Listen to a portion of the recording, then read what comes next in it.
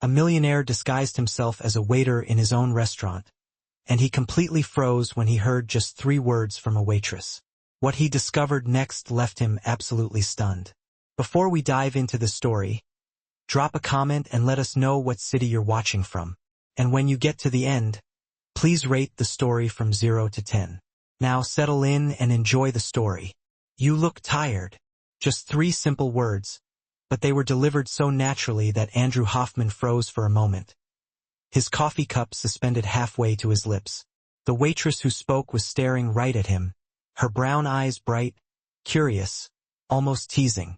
The name tag pinned to her burgundy apron read, Harper Wells, and her whole vibe bold, light, with a touch of sarcasm, just didn't fit the tense, hushed atmosphere of the restaurant.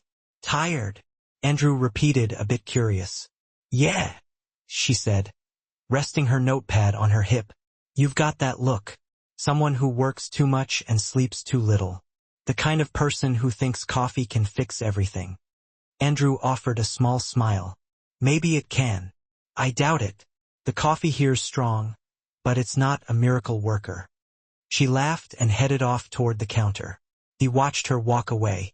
There was something magnetic about Harper, an energy that was completely out of sync with the dull mood inside the Magnolia Bistro. While everyone else moved around quietly, as if they were afraid to make a mistake, she moved with ease and with just a hint of rebellion. Andrew glanced around the dining room, taking it all in. Old wooden tables, a charming decor that looked a bit neglected. The place definitely had potential, but something was definitely off. He, the new owner, had come in pretending to be a regular customer, hoping to figure out exactly what wasn't working in the restaurant. And after just a few minutes, the answer was starting to become clear. Harper returned with a steaming cup and placed it in front of him. Careful, she said with a playful smile. It's strong enough to wake up the owner of this place. Andrew held back a laugh. I hope so. She walked away, but not for long. A middle-aged man with a large belly and a smug expression appeared from the kitchen. Rick, the manager. His voice sliced through the room like a knife. Harper, he barked. I told you to clean the back tables 20 minutes ago. Or did you forget how to do your job? Harper took a deep breath and turned around slowly. I'm cleaning them, Rick. I just stopped to serve a customer. That's what waiters do, remember?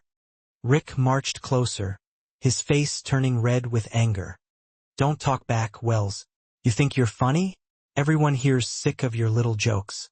The dining room went completely silent. The other staff pretended to stay busy, avoiding eye contact. Andrew watched closely. The manager's tone wasn't just firm. It was abusive. He actually seemed to enjoy humiliating people. But Harper didn't back down. She kept her chin up. I'm just trying to do my job with a little humor, she said. Since someone around here insists on keeping the place as cheerful as a funeral. Rick snorted and stepped even closer. You should learn to shut your mouth and do what you're told, girl. Andrew tightened his grip on the table. He took a deep breath, holding back the urge to speak up. He couldn't, not yet anyway. He was there to observe, to understand, without revealing who he really was. But what he was seeing stirred something within him. Anger and disbelief. Harper, though, still didn't flinch.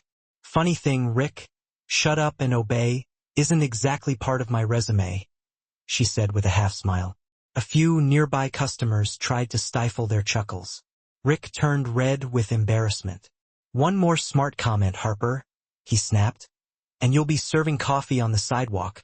Better than serving you, she retorted, turning her back. Rick glanced over at Andrew as if he expected support. Sir, I apologize. Some employees just don't understand the meaning of respect. I think the service has been great, Andrew replied calmly. In fact, I'd say she's the only one in here actually smiling. Rick swallowed hard, unsure of how to respond. He turned around and stormed back into the kitchen, muttering to himself. Harper let out a breath and looked back at Andrew. Sorry about that scene. He just loves turning the morning shift into a nightmare. No need to apologize, Andrew said, meeting her eyes. You handled it well. Oh, I practice daily. If sarcasm were an art form, I'd have a trophy by now. She rested the tray on her hip and gave a half-smile. Want more coffee? Only if it comes with another motivational speech. She laughed. Deal. That'll cost you a smile. And he did smile, genuinely, maybe for the first time in weeks. As she walked away, Andrew noticed something else. The energy in the restaurant shifted when Harper was around. Even under the pressure, she managed to keep things light. Customers seemed to relax, but there was another feeling in the air, too. Fear. The rest of the staff moved like they were walking on eggshells. Rick watched them all from the shadows, just waiting to explode at the smallest mistake. Andrew sipped his coffee slowly, thinking that the Magnolia Bistro had a soul, hidden, stifled, and her name was Harper Wells. The real question was, who was dimming her light? When she came back with the check, he asked, "Have you worked here long?" "Long enough to know this coffee can't be saved, and that Rick was born yelling," she said with a laugh. He placed the payment on the table along with a generous tip. Harper glanced at the amount and raised her eyebrows. "Is this for real? Consider it a thank you for reminding me that there are still people who speak their minds." She smiled, amused, saying, "What you think is the only thing keeping us sane around here. And the job? Oh, that's just a detail." She winked.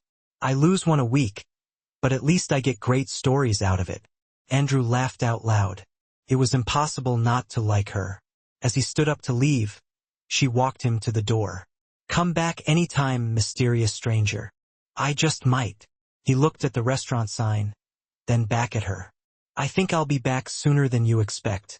Outside, the morning breeze snapped him back to reality.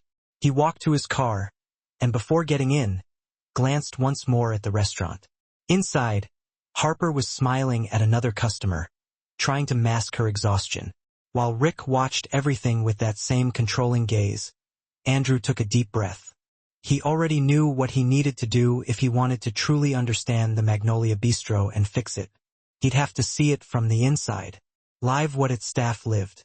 And that's when Andrew Hoffman made the decision that would completely change the course of his life and Harper Wells's. In the coming days, no one would see the billionaire. And without even realizing it, in making that choice, he was about to discover something much stronger than any coffee. The next morning, Andrew sat in his private office, the panoramic view of Charleston sprawling beyond the glass windows. He swiveled in his leather chair and picked up the phone. "David, I need a favor, a very specific one." On the other end of the line, his personal assistant, David Martinez, replied with his usual professionalism. "Of course, Mr. Hoffman, what do you need?"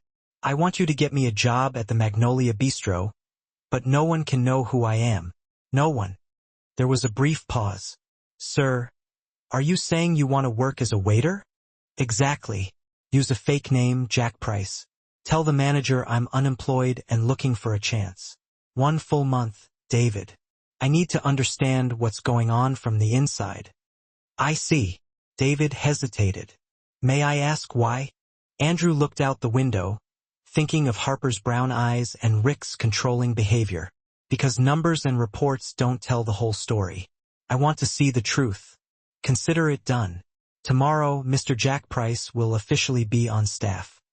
Andrew hung up and smiled. For the first time in years, he felt a strange mix of nerves and excitement.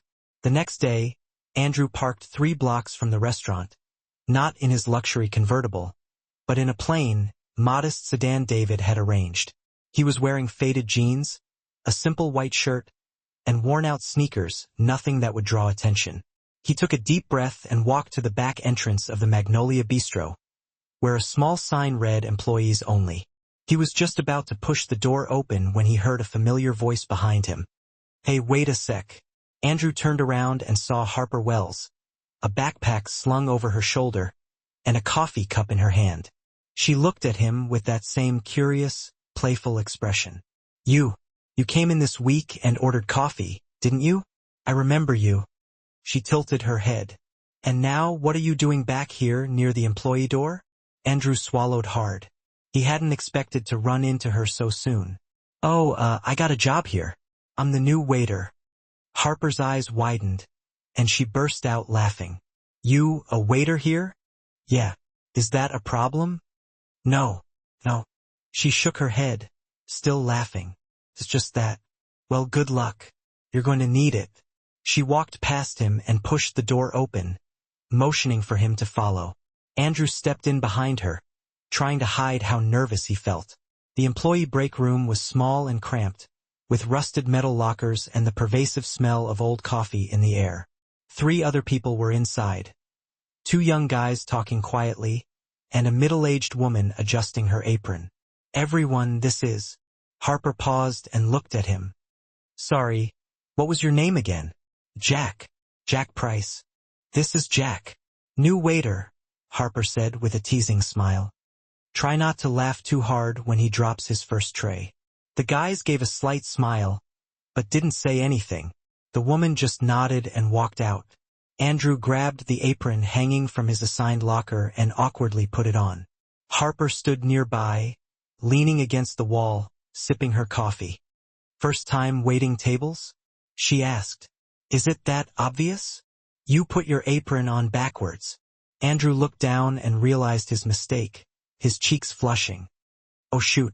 Harper laughed so hard she almost spilled her coffee. This is going to be fun. The first hour was a complete disaster. Andrew had no idea how to balance a tray. When he tried carrying 3 plates at once, he almost dropped everything on a customer. Harper showed up out of nowhere, grabbed the tray with one hand, and steadied the plates with the other. Easy there, cowboy, she said with a smile. Hold it from the bottom, not the edge, and walk slow. This isn't a sprint. Thanks, Andrew mumbled, embarrassed. You're welcome. But it's going to cost you a dessert at the end of the shift.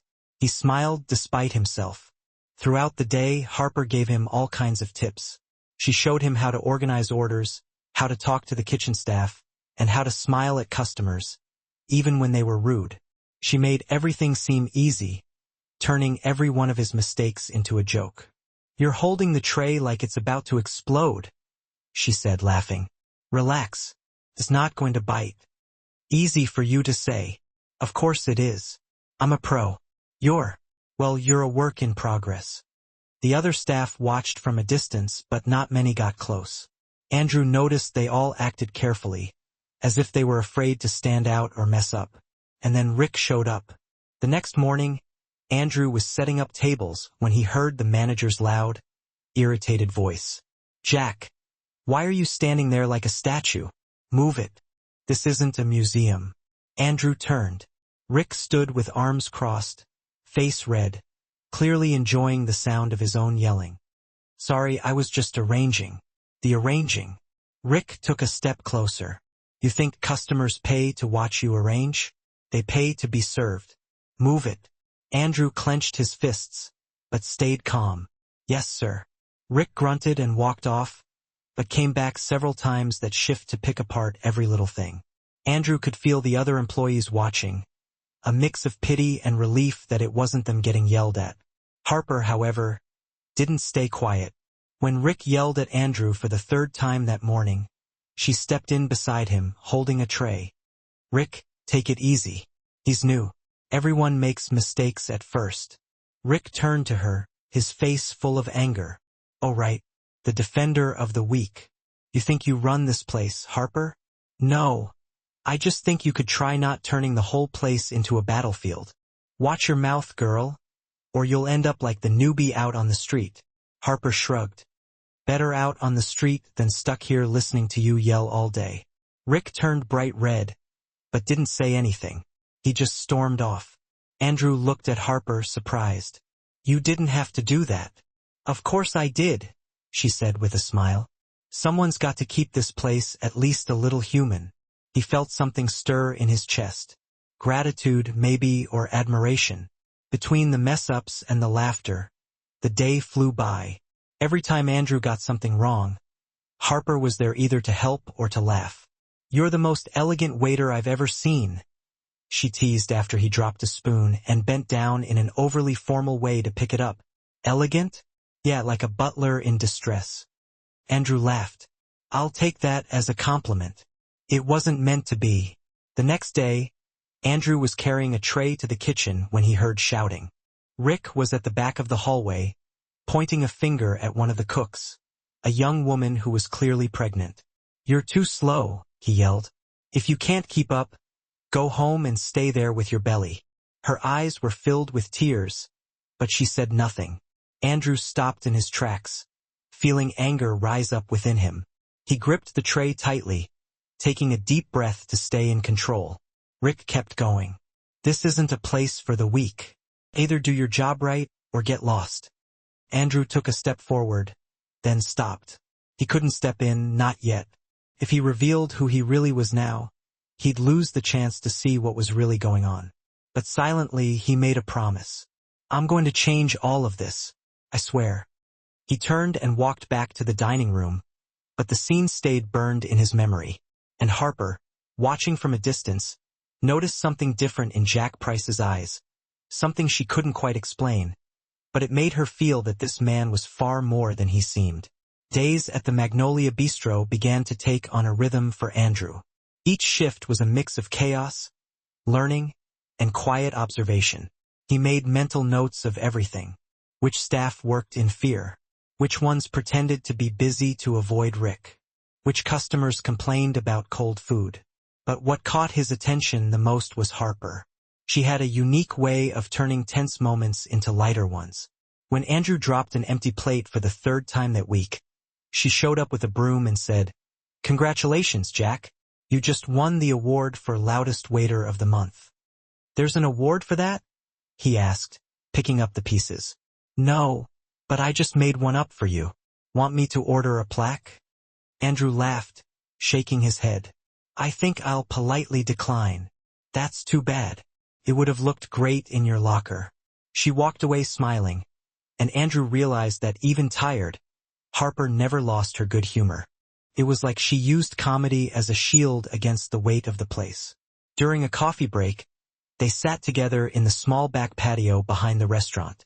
Harper was casually scrolling through her phone while Andrew watched the street. "Can I ask you something?" he said, breaking the silence. "That depends. If it's about how to stop dropping plates, I charge a consulting fee." He smiled. "It's not that. I just wondered, why do you work here? I mean, you seem like you're capable of so much more than putting up with Rick yelling all day." Harper looked up, surprised by the question. She stayed quiet for a moment, as if deciding how much to say. "Talent doesn't pay the bills," she finally said with a half smile. "And a job's a job. At least I get decent tips here." "But do you like what you do?" "I like serving people. I like seeing customers leave happy." She paused. "But what I really wanted was to be a chef." Andrew sat up straighter, intrigued. "Really?" "Yeah. Since I was a kid, I loved cooking. My grandmother taught me everything. She used to say, good food isn't just about taste. It's about making people feel at home." Harper smiled, but there was sadness in her eyes. "I always dreamed of opening my own place, just a cozy little restaurant. Nothing fancy, just honest." "So why didn't you try?" Harper shrugged. "Culinary school is expensive, and when you grow up without much money, dreams tend to take a back seat. You take whatever job you can find and move on." Andrew felt a tightness in his chest. This woman had so much potential, so much passion, and yet she was stuck in a place that didn't value her. "But do you still cook?" he asked. "Sometimes at home, I make my grandma's recipes, try out new ones." She laughed. "Once I tried making a souffle and it collapsed like a building being demolished. It was hilarious. I bet it still tasted good." "It was awful," Harper laughed. "But I ate it anyway. Wasting food is a sin." Andrew smiled, admiring her spirit. Even with everything she'd been through, Harper hadn't lost her joy. She talked about her dreams with lightness, not bitterness. "You're amazing. You know that?" he said without thinking.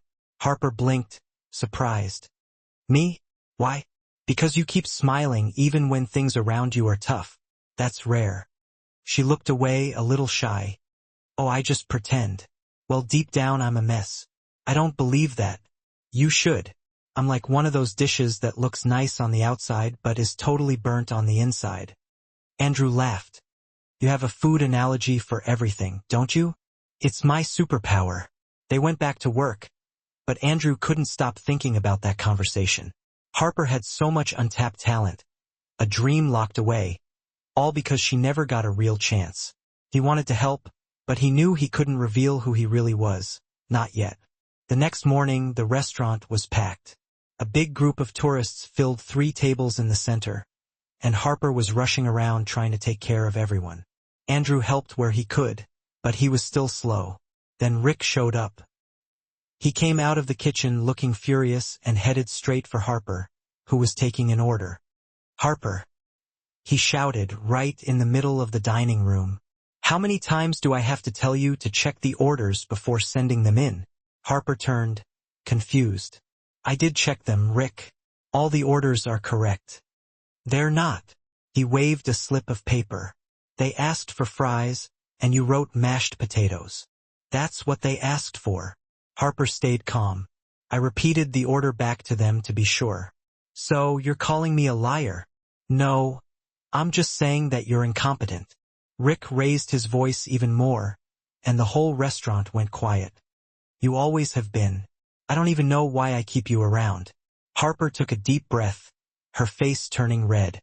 Andrew, standing on the other side of the room, felt anger rising within him. He set down his tray and took a step forward, but then he remembered he couldn't. Not yet. Rick kept going, relentless. "If you can't even take an order properly, maybe you should find another job. One where being funny is enough." Harper gripped the order pad so tightly her fingers turned white, but she didn't say a word. She just turned and walked into the kitchen. Andrew stood frozen, shaking with anger. He watched Rick walk back to his office with a smug look on his face. Then, quietly, Andrew pulled a small notebook from his pocket and wrote, "Rick Thompson, toxic manager. Public humiliation, immediate termination." He'd been doing this for days now, taking notes of names, behavior, patterns, who was creating problems, who deserved to stay, and who needed to go. But Harper deserved much more than just to stay. At the end of the shift, Andrew looked for Harper, but she had already left. He grabbed his things and headed to the locker room to get his coat. That's when he heard a frustrated sigh. Harper was standing in front of her locker, holding a sheet of paper. Her face had gone pale. "You okay?" Andrew asked, stepping closer. She looked up, and he saw tears gathering in her eyes. "It's a warning," she said, showing him the paper. "Rick put it in my locker. Says I've been underperforming, and if I make one more mistake, I'm fired." Andrew took the paper and read it. It was cold, formal, and completely unfair. "This is ridiculous. You're the best employee here." "Doesn't matter." Harper shook her head and stuffed the paper back into her locker. "Rick wants me out. He always has. I don't know if it's worth fighting anymore." "Don't give up." Andrew gently took her arm. "Please." Harper looked at him, confused. "Why do you care so much?" He hesitated. He wanted to tell her the truth, that he was the owner, that he could fire Rick on the spot, that he could give her the credit she truly deserved. But he couldn't, not yet. "Because you don't deserve to be treated this way," he said simply. She gave a small, sad smile. "Thanks, Jack. But sometimes I just wish things were different." She picked up her bag and left, leaving Andrew alone in the locker room. He looked at her locker, at the fake warning letter, and felt his resolve solidify. Rick had crossed a line, and Andrew Hoffman was about to draw a new one. That night, Andrew couldn't stop thinking about Harper, about that unfair letter, the way she walked out of the restaurant looking so defeated, and the helpless feeling of not being able to tell her who he really was. The next morning, he arrived at the Magnolia Bistro, determined to do something, anything. Harper was already there, tying on her apron with stiff, automatic movements. Her usual smile was gone, replaced by a tired expression. "Good morning," Andrew said, walking up to her. "Morning, Jack," she replied, not looking up. "You doing okay?" "Wonderful. I woke up. I'm breathing. I'm alive. Productive day." He smiled at the sarcastic reply, but knew she was just hiding. That's how she truly felt. The shift seemed to stretch on forever, filled with tension. Harper operated on pure instinct. making sure to avoid any unnecessary conversation. Rick, like a hungry vulture, circled the restaurant, just waiting for someone to make a mistake. When the shift finally crawled to an end, Andrew was waiting for Harper near the lockers. She walked in, her bag slung over her shoulder, eager to leave. "Harper, wait," he called out. She turned around to face him. "What is it? Want to grab some coffee? I mean real coffee, not that watered-down excuse for coffee they serve here." Harper raised an eyebrow, a hint of amusement in her eyes. "Are you asking me out on a date? I'm asking you if you'd rather not go home looking like your best friend just ran over your favorite pet," he said with a smile. "Come on, it's my treat." She hesitated for a moment, then sighed. "Fine, but only because you said treat. And now I need to see if you actually have money." They walked to a small cafe just a couple of blocks from the restaurant. It was a cozy little place, with sturdy wooden tables and the welcoming aroma of freshly brewed coffee hanging in the air. Harper ordered a cappuccino with extra chocolate, while Andrew went for a simple black coffee. "So," Harper said, stirring the foam on her cappuccino, "what's your deal?" "My deal? Yeah, your story. You just show up out of nowhere, start waiting tables. You're way too polite. You never complain about anything." She tilted her head, studying him intently. "You're way too mysterious to be just a waiter." Andrew almost choked on his coffee, sputtering slightly. "Mysterious? Me? Totally. I mean, you don't seem like someone who needs to work at Magnolia. You've got this, I don't know, different vibe about you." "Different how?" "Like someone who used to live a more comfortable life." Harper narrowed her eyes, her gaze sharp and probing. "Are you running away from something?" Andrew laughed nervously, trying to deflect the question. "No, nothing like that. I just needed a job and Magnolia was hiring." She didn't sound convinced, but she decided to let it go, at least for now. "All right, Mr. Mystery. I'll believe you. For now. Thanks for the vote of confidence." They both laughed, and the tension that had been hanging in the air finally started to dissipate. Harper took a sip of her cappuccino, closing her eyes and savoring the taste. "Now this is real coffee," she said. "If Magnolia served something like this, maybe the customers wouldn't complain so much. Have you ever thought about suggesting that to Rick?" Harper let out a short, bitter laugh. "Oh sure, because Rick is so open to suggestions. The last time someone spoke up, he said, 'I don't pay employees to think.'" Andrew shook his head, stunned by Rick's callousness. "He really said that? Word for word?" Harper paused for a moment, lost in thought. "Anyway, enough about work. This was supposed to be a peaceful moment." "I agree." Andrew leaned back in his chair, a thoughtful expression on his face. "So tell me, if you could do anything right now, no worries about money or responsibilities, what would it be?" Harper thought for a moment, her gaze drifting off into the distance. "I'd open my own restaurant." "Really? What would it be like?" "Small, cozy, with real homemade food. None of those fancy menus or dishes that nobody can pronounce." She smiled, a spark of excitement in her eyes. "And the decor would be fun. Silly signs on the walls, napkins with jokes. You know, a place where people could relax and feel at home." Andrew listened intently, completely captivated by her vision. Harper's passion was contagious, filling the cafe with warmth. "And what would it be called?" he asked. "Haven't decided yet. Maybe Harper's Place or something like that. Simple, straight to the point." She laughed. "Or maybe Grandma's Kitchen to honor my grandmother. She taught me everything. I'd eat there every day." "You're just saying that because I gave you a discount on the coffee." "No, I'm saying it because you care about what you do. That's rare." Harper looked away, a little shy at the compliment. "I don't know. It's just a silly dream." "It's not silly," Andrew said firmly. "And you should go after it." "With what money, Jack?" She sighed, the weight of reality settling back upon her shoulders. "Dreams are expensive. I can barely pay rent." He desperately wanted to tell her that he could help, that he could fund the entire restaurant if she wanted. But he couldn't. Not yet. "Then start small," he suggested. "A food truck, maybe? Or start a recipe blog. Something to keep the dream alive." Harper smiled, her eyes twinkling with renewed hope.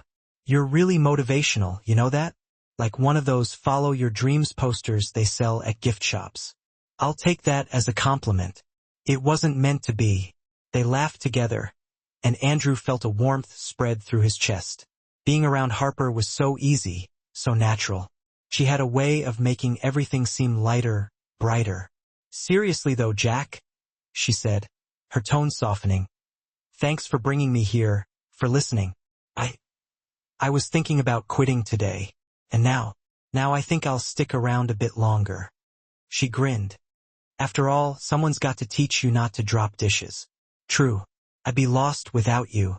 Harper rolled her eyes playfully, but she was smiling. They stayed at the cafe for another hour, talking about everything and nothing. Andrew learned that Harper loved old movies, that she had a cat named Biscuit, and that her favorite dessert was key lime pie. When they finally stood up to leave, Harper seemed lighter, more like the vibrant, confident person he'd met on that first day. Thanks again, she said as they walked down the street. I really needed this. Anytime, just say the word. She stopped at a bus stop and turned to face him. You're strange, Jack Price, but the good kind of strange. I'll take that as a compliment. This time it is. Andrew smiled and waved as her bus approached. Harper stepped on, but just before the doors closed, she called out, Hey Jack! What? Don't give up on me, too. Okay? He felt a sudden tightness in his chest, a surge of protectiveness towards her. Never. The bus drove off, and Andrew stood there watching until it disappeared around the corner. The next day, Harper arrived at the restaurant with a completely different energy. She seemed more determined, less weighed down by the world. Andrew noticed it right away. Good morning, he said. You seem different. I slept well, she answered, smiling. And I made some big decisions. What kind of decisions? Before she could answer, her phone rang.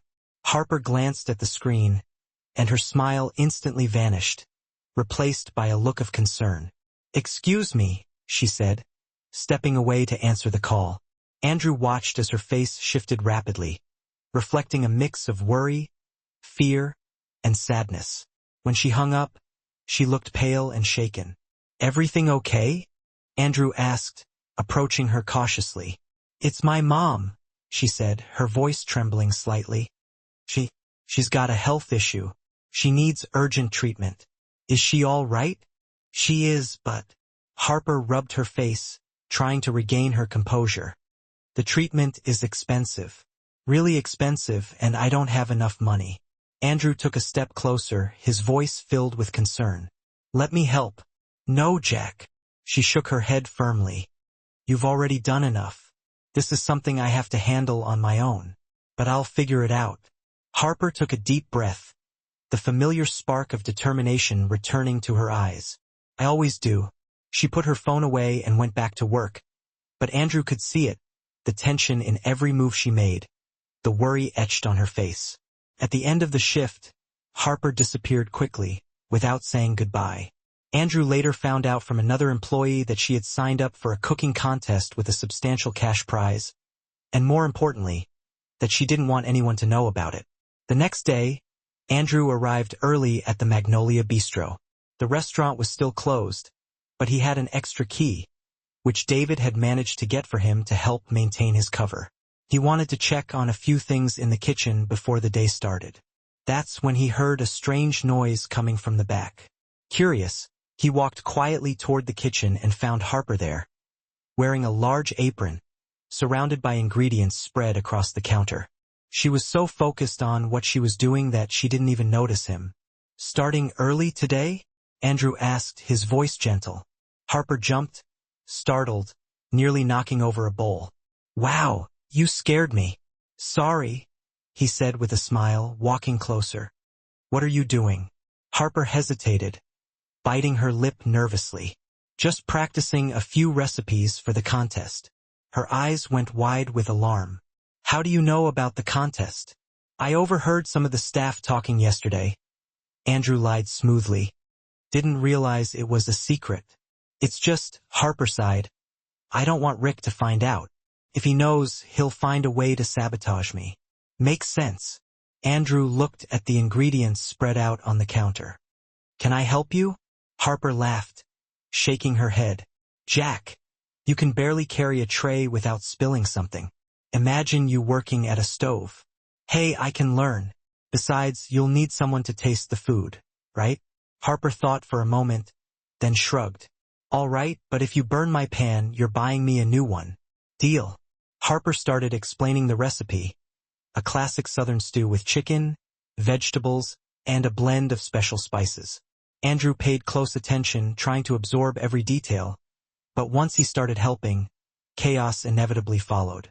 Jack, 2 cups of broth, not 2 spoonfuls, Harper said, trying not to laugh. Oh, really? Andrew looked at the pot, confused. I thought it looked like too little. Because it is too little. She grabbed the measuring cup from his hand. Look, let me show you again. This is a cup.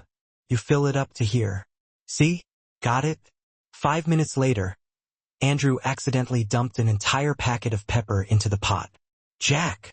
Harper shouted, frantically trying to salvage the stew. This isn't a spicy food competition. Sorry, the package slipped. Harper laughed so hard that she had to hold onto the counter for support. You're a danger in the kitchen. I told you I wasn't good at this. Not good is putting it mildly. She wiped away a tear from laughing. You're a total disaster. But even with all the mistakes, Andrew didn't give up. He kept helping, following Harper's instructions, and little by little, he started to get the hang of it, or at least tried his best. When the first dish was finally ready after 3 attempts, Harper tasted it carefully, her expression unreadable. Well? Andrew asked anxiously. It's not bad, she said, surprised. Actually, it's pretty good. Considering you almost destroyed my kitchen. It's a miracle. See, I told you I could help. You helped create chaos. That doesn't count. They laughed together, and Andrew realized how effortlessly easy it was to be around her. Even in the simplest of moments, Harper had a way of making everything feel special, meaningful. In the days that followed, the routine repeated itself. Harper arrived early to practice her recipes, and Andrew showed up to help, which usually meant causing a mess and making her laugh. One morning, he dropped an entire pot of sauce on the floor. Jack! Harper yelled, still giggling. How do you manage to be so clumsy? It's a natural talent, he said, grabbing a rag to clean up the spill. A talent I've never seen before, she said, kneeling down to help him. Honestly, you're like a hurricane in human form. Thank you. That wasn't a compliment, but her smile suggested otherwise. Another day, Andrew mixed up sugar with salt and nearly ruined a dessert. Taste this, Harper said, handing him a spoon with a wary expression. He tried it and made a face of disgust. This is interesting. Interesting. Harper tried it too and immediately spat it out. This is awful. What did you put in it? Sugar? That's salt, Jack. Oh. He looked at the container, realizing his mistake. They looked the same. Harper shook her head in exasperation but couldn't help laughing. You're impossible. But admit it, you're having fun. I am, she said, smiling.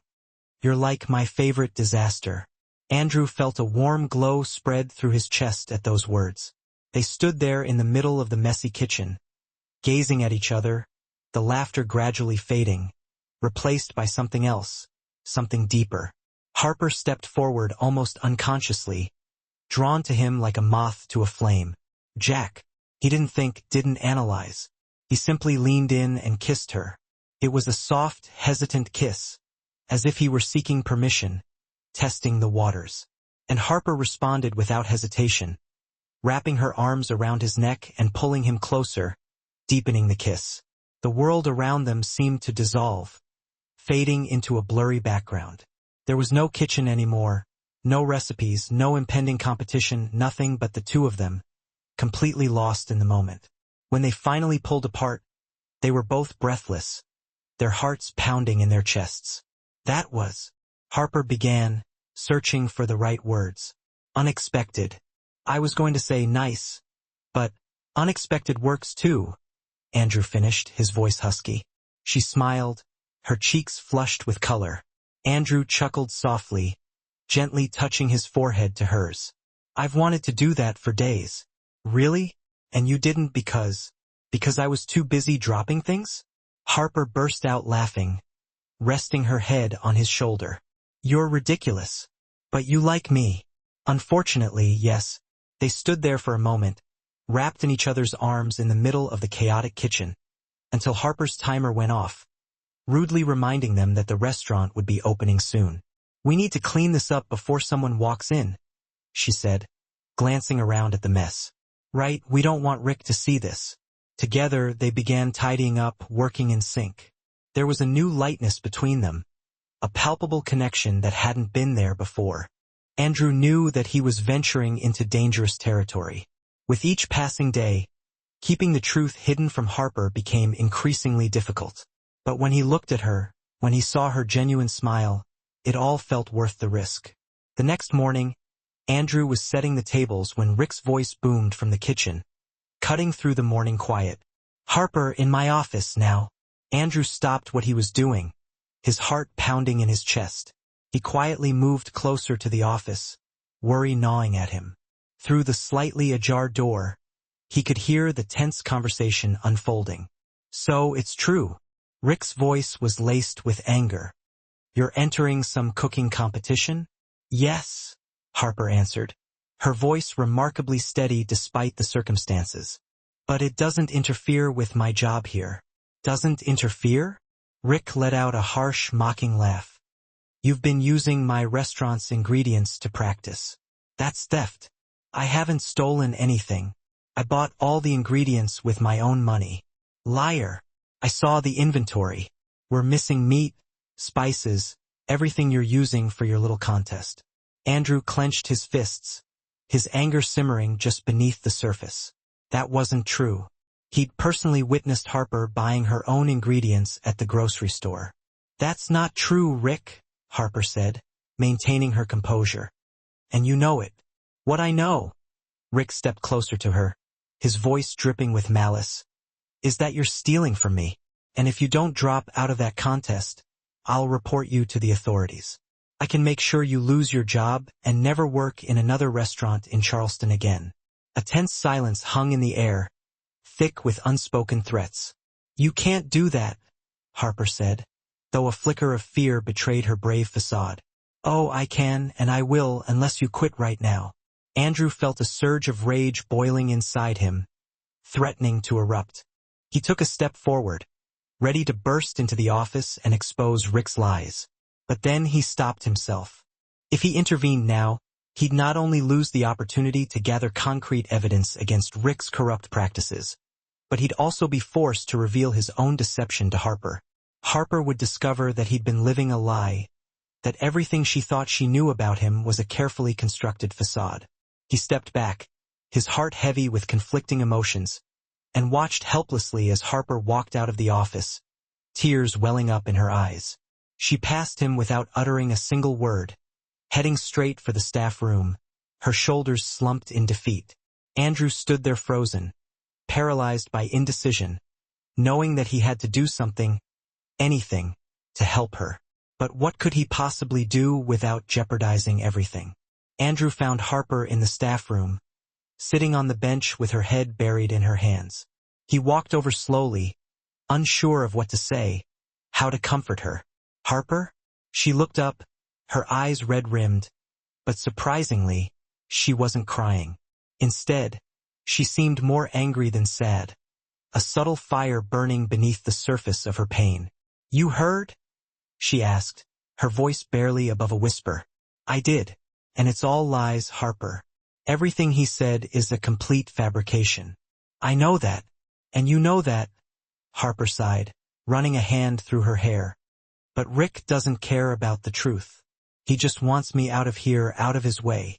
Let me help, Andrew said gently, reaching out to touch her arm in a gesture of reassurance. I can talk to him, or, I don't know, we could try to gather proof that you bought everything yourself. Harper shook her head, her expression resigned. It won't help, Jack. Rick always finds a way to twist things to his advantage. That's just how he operates. He's a master manipulator. Then let's go over his head. Let's talk to the owner, explain the situation. Harper let out a bitter, humorless laugh. Nobody knows who the owner is. He never shows up. He's like a ghost, a rich ghost who buys restaurants and then lets them fall apart from neglect. He's completely detached. Andrew felt the weight of her words sink in, a pang of guilt twisting in his gut. That's exactly how Harper viewed him, as an absent, uncaring ghost, detached from the real world and the struggles of ordinary people. And she wasn't wrong. There has to be something I can do, he insisted, desperation creeping into his voice. Harper turned to face him, her gaze intense, unwavering. You know what I really need, Jack? I don't need someone trying to be a hero and fix everything for me. I need honesty. I need people to be who they say they are, and I need someone on my side without a hidden agenda. Her words hit Andrew like a physical blow, each syllable a sharp reminder of his own deception. Honesty, the one thing he wasn't giving her, the one thing she valued above all else. Harper continued, her voice filled with a quiet sadness. I've dealt with fake people my whole life, Jack. People who make promises they can't keep. People who pretend to be something they're not. People who use others for their own selfish gain. She paused, taking a deep breath to steady herself. And I'm just so tired of it. Andrew opened his mouth to speak, to confess everything. But the words caught in his throat, refusing to come out. What could he possibly say that wouldn't shatter her trust completely? How could he admit that he was exactly the kind of person she had just described? That he had been deliberately hiding his true identity and manipulating her emotions for his own purposes? Sorry, Harper said, running her hands wearily over her face. I shouldn't take this out on you. None of this is your fault, Jack. You've been nothing but kind. No, you're right, Andrew said, swallowing hard. Honesty does matter. It's everything. Harper gave him a faint, weary smile. See? That's why I like you, Jack. You get it. You understand the importance of being real. But he didn't get it, not really. In fact, he was doing the exact opposite of what she wanted, perpetuating the very kind of dishonesty she despised. Harper stood up, straightening her apron, a renewed sense of determination hardening her features. Well, there's no point in sitting around feeling sorry for myself. I've got tables to serve and bills to pay. Life doesn't stop just because the boss is a jerk. Are you still going ahead with the contest? Andrew asked, his voice laced with concern. I am, she replied, her eyes flashing with defiance. Rick can threaten me all he wants, but I need that money to help my mom. I'll be careful. I'll keep every receipt, and if he tries to frame me, I'll prove that he's lying. I won't let him win. And what if it doesn't work, Harper? What if he manages to sabotage you anyway? Harper shrugged, her expression a mixture of resignation and resolve. Then I'll look for another job. It wouldn't be the first time. I'll survive. Andrew admired her unwavering courage, but he also felt a growing sense of frustration and helplessness. Harper was fighting this battle alone, struggling against an unfair and corrupt system.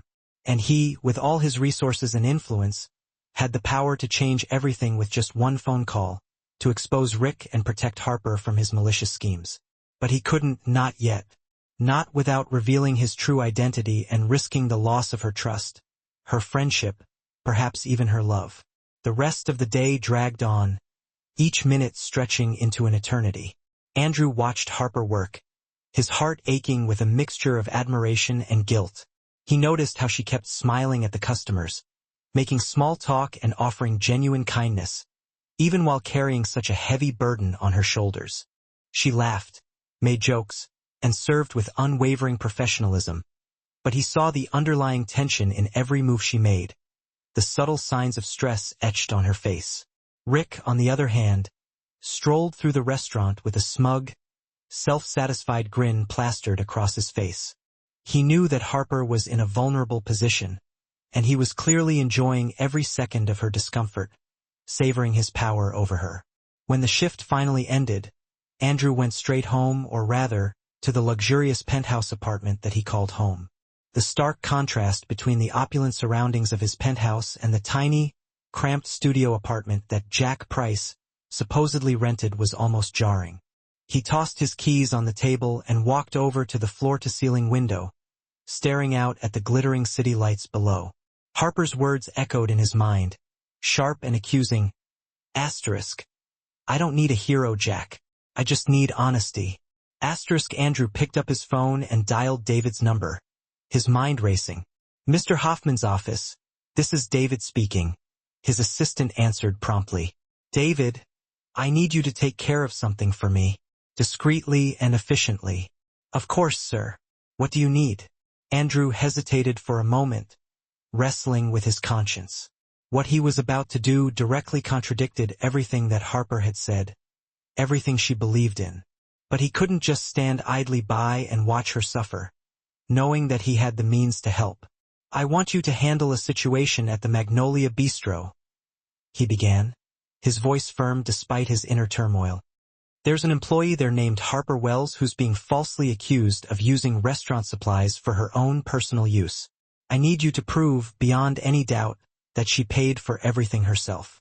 Understood, sir. How would you like me to proceed? Talk to the restaurant suppliers. Find out exactly what the restaurant purchased in the last few weeks and compare it to the receipts that Harper has for her own purchases. If necessary, pay the suppliers to speak on her behalf, to confirm that she bought the ingredients with her own money. There was a brief pause on the other end of the line. Sir, that would technically constitute bribery. I'm aware of that, David, Andrew said, his voice resolute. But it's for the right reason, to protect an innocent person from being wrongly accused. If you're sure, sir, I'll take care of it immediately. I am. Make it happen, David. And above all else, make sure that no one can trace this back to me. It has to be completely anonymous. Understood, sir. You can count on me. Andrew hung up the phone and walked back to the window, staring out at the city lights once more. He was helping Harper, he reasoned with himself, doing everything in his power to protect her from Rick's malicious schemes. But he was doing it in the wrong way, in a dishonest and manipulative manner. He was being the exact kind of person she hated, the kind of person she had specifically warned him against being. He let himself fall onto the plush velvet couch, running his hands through his hair in frustration. He had to tell her the truth, to confess his deception and beg for her forgiveness. But how? How do you explain that you spent weeks lying to someone, pretending to be someone else, deliberately inserting yourself into their life with a false identity? What if she hated him for it? What if she could never forgive him for betraying her trust so completely? Andrew thought about the kiss they'd shared in the kitchen, the way Harper had looked at him with such warmth and trust in her eyes. If he told her the truth now, he risked losing all of it, destroying the fragile connection they had forged. But if he didn't tell her, if he continued to live this elaborate lie, he would be betraying not only her, but also himself. He stayed up all night, agonizing over the impossible choice that lay before him, torn between two equally undesirable outcomes. The next day, Andrew arrived at the restaurant, forcing himself to act as normal as possible, concealing the turmoil that was raging inside him. Harper greeted him with a tired but genuine smile, her eyes lighting up slightly when she saw him. Morning walking disaster, she said, a hint of amusement in her voice. Morning, he smiled back, trying to match her light-hearted tone. Did you sleep well? Not really. I stayed up half the night thinking about how to prove that Rick is lying, how to clear my name. She lowered her voice conspiratorially. But I think I might have a plan. What kind of plan? Before she could elaborate, Rick suddenly entered the dining room, his face wearing a strange, almost predatory expression. He stared directly at Andrew, his eyes narrowed with suspicion. Jack Price, he said, walking purposefully over to their table. Can I have a word with you in private? In my office? Andrew's stomach dropped, a cold knot forming in his gut. He knew instinctively that this wasn't going to be good. Sure, he said, trying to sound nonchalant.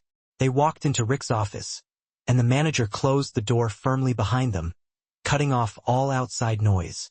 Rick walked over to his desk and picked up a few papers, shuffling them nervously.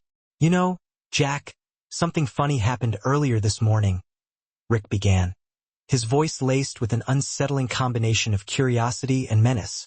He began flipping through the documents on his desk, avoiding eye contact. I called one of our suppliers to double-check an order, and guess what? He told me that someone's been asking questions. Very specific questions about ingredients, dates, and invoices. Andrew fought to maintain a neutral expression, revealing nothing of the anxiety that was building inside him. And what does that have to do with me, Rick? I'm just a waiter. I don't know anything about the restaurant's business dealings. I'm not sure yet, Rick said, finally meeting Andrew's gaze, his eyes narrowed and probing. But it struck me as odd and it got me thinking. Who exactly are you, Jack Price? What's your story? I told you, Rick. I'm just a waiter trying to make a living. Rick smiled, but there was no humor in it, only a chilling hint of threat. Really? Because to me, you don't seem like an ordinary waiter. You've got a certain air about you, Jack. Too polite, too calm, too refined. You seem like someone who's used to giving orders, not taking them. Andrew felt his heart rate accelerate, pounding against his ribs. He knew that he had to tread carefully, that one wrong word could expose his entire charade. You're imagining things, Rick. You're letting your paranoia get the better of you. Maybe, Rick said, folding his arms across his chest, his eyes still fixed on Andrew's face. Or maybe not. So, I think I'll do a little digging on you, Jack. Just a little background check to find out who you really are. And if I find out that you're hiding something, that you're not who you say you are. He paused, letting the threat hang in the air. Well, that'll be very, very interesting. Andrew held his gaze, refusing to show any sign of fear or hesitation. Be my guest, Rick. You're welcome to investigate me. You won't find anything. Oh, I will, Rick said, his smile widening. You can count on it. Andrew left the office with the weight of Rick's threat pressing down on his shoulders, a heavy burden of anxiety and uncertainty. Rick was clearly suspicious of him, and if he managed to uncover the truth before Andrew had a chance to confess to Harper, everything would inevitably fall apart, shattering their fragile connection beyond repair. 2 days later, Andrew woke up with his stomach tied in knots, a familiar wave of anxiety washing over him. But this time, it wasn't because of Rick's threats or the looming threat of exposure. It was because of Harper. Today was the day of the cooking competition, and he knew how much it meant to her, how much she had riding on this one event. He dressed casually, pulling on a pair of jeans, a plain t-shirt, and a baseball cap, hoping to blend in with the crowd and avoid drawing any unnecessary attention to himself. He left the house early, eager to show his support for Harper, even if he had to do it from a distance. The cooking competition was being held at the Charleston Convention Center, a large modern venue located in the heart of downtown. By the time he arrived, a sizable crowd had already gathered outside, buzzing with anticipation. Andrew bought a ticket and quickly blended into the throng of spectators, scanning the crowd for a spot where he could watch the competition without being easily noticed. He didn't want Harper to get nervous or distracted if she saw him in the audience. The vast hall had been transformed into a culinary arena, with individual cooking stations meticulously arranged in neat rows. Each station was fully equipped with modern stoves, gleaming utensils, and an array of fresh ingredients, all carefully prepped and ready to go. There were approximately 15 competitors, each one wearing a white chef's coat, their faces reflecting a mixture of confidence, determination, and sheer, unadulterated panic. And then he saw her. Harper was standing at station number 7, carefully tying on a pristine white apron, her movements precise and focused. She took a deep breath, checking her supplies one last time, a flicker of determination flashing in her eyes. Even from a distance, Andrew could tell Harper was stressed. The tension was practically radiating off her. Ladies and gentlemen, the host boomed, a tall, impeccably dressed man. Welcome to the 10th annual Charleston Cooking Contest. He paused for applause. Today, our incredibly talented amateur chefs will have 2 hours to whip up a dish that embodies the very heart and soul of the American South. The audience erupted in applause. Andrew clapped along, but his gaze was locked on Harper. The room instantly transformed into a whirlwind of activity. Pots clanged like cymbals, knives rhythmically chopped, and the air filled with a vibrant cloud of spices. Andrew watched, mesmerized, as Harper moved with purpose and grace. She looked completely at home, as if she was born to be doing exactly this. Beside him, a woman leaned in and whispered to her husband, "Did you see the one at station number 7? She just exudes confidence." "She sure does," the husband replied, equally impressed. "My money's on her to win." Andrew smiled to himself. They didn't even know the half of it. As the clock ticked down, some of the competitors began to crack under the pressure. One poor guy spilled a whole pot of sauce, creating a culinary catastrophe. Another woman managed to burn her chicken beyond recognition. And a third completely spaced and forgot to even turn on the oven. But Harper remained cool, calm, and collected. She worked with a unique blend of laser focus and genuine enjoyment. Every once in a while, she'd crack a joke with the person working next to her or do a little dance while stirring something on the stove. It was impossible not to smile when you watched her. With only 30 minutes left on the clock, the judges started making their rounds. There were 3 of them: a celebrity chef, a renowned food critic, and an instructor from a prestigious culinary school. When they arrived at Harper's station, she greeted them with a warm, genuine smile. "How's everything coming along here?" the chef asked with a friendly air. "Great," Harper replied, adding a pinch of seasoning to something simmering in a pan. "I'm making a special stew. I call it Southern Magnolia." "Magnolia," the critic repeated with a thoughtful tone. "Is there a story behind the name?" "Absolutely," Harper explained. "It's a tribute to the place where I work, the Magnolia Bistro, and also because the magnolia flower represents dignity and strength, which reminds me of the people who work hard every day and still manage to find a reason to smile." Andrew felt a lump forming in his throat. She was talking about herself, wasn't she? The judges seemed impressed and moved on to the next contestant. When the timer finally buzzed, signaling the end of the competition, all the contestants stepped back from their stations.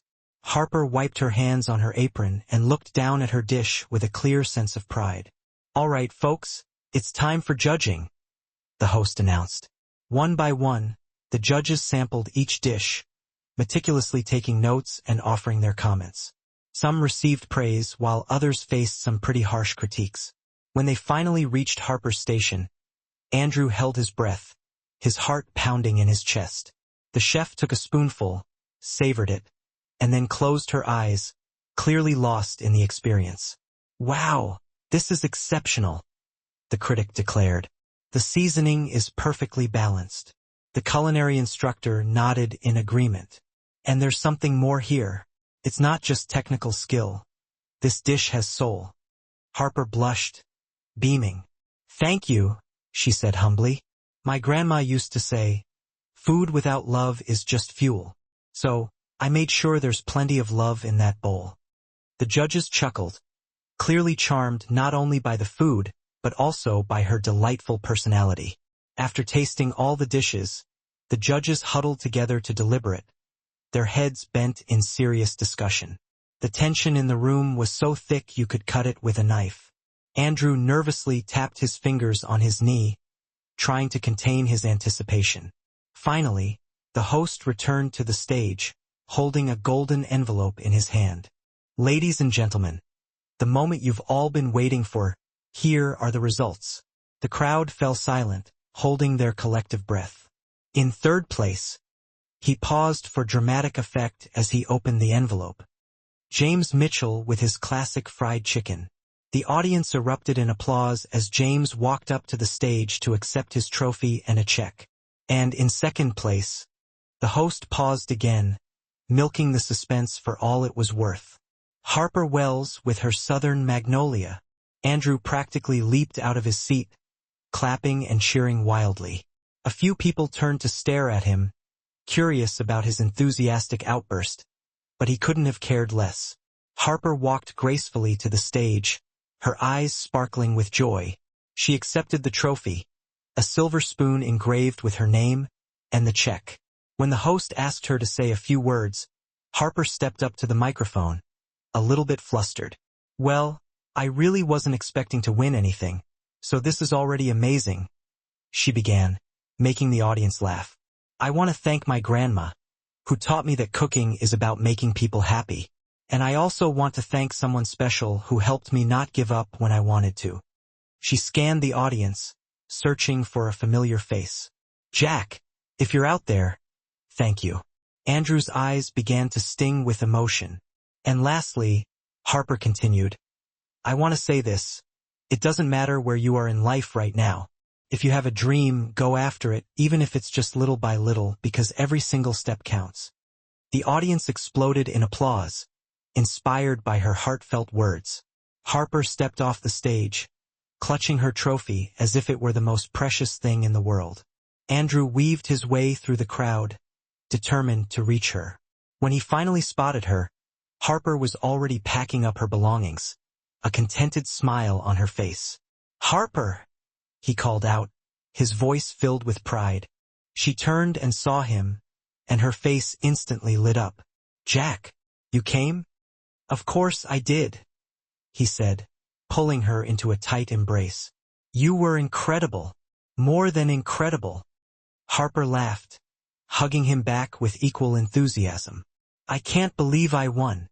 Second place. Me. You should have taken first, Andrew insisted. Oh, stop it, she said playfully. The winning dish was really good. She stepped back, showing him the check with a hopeful expression. But look at this. It's enough to pay for my mom's treatment. Andrew smiled, genuinely happy for her. I knew you could do it, he said sincerely. Harper looked at him, her expression softening. You believed in me when I didn't even believe in myself, she whispered. Because I see you, Harper, Andrew said, his voice full of emotion. And you're extraordinary. Something shifted in the air between them, a palpable sense of connection. Harper stepped closer, gently placing a hand on his face. You're kind of amazing, too, Jack Price, she said softly. And then she kissed him. This time it wasn't a spontaneous act of surprise or impulse. It was intentional, meaningful, and filled with emotion. Andrew wrapped his arms around her, completely forgetting where they were, lost in the intensity of the moment. When they finally pulled apart, both were grinning like teenagers, giddy with excitement. So, Andrew began, suddenly feeling a little nervous. I wanted to ask you something. Go ahead, she said, her eyes sparkling with anticipation. Do you want to? Would you like to? He took a deep breath and plunged in.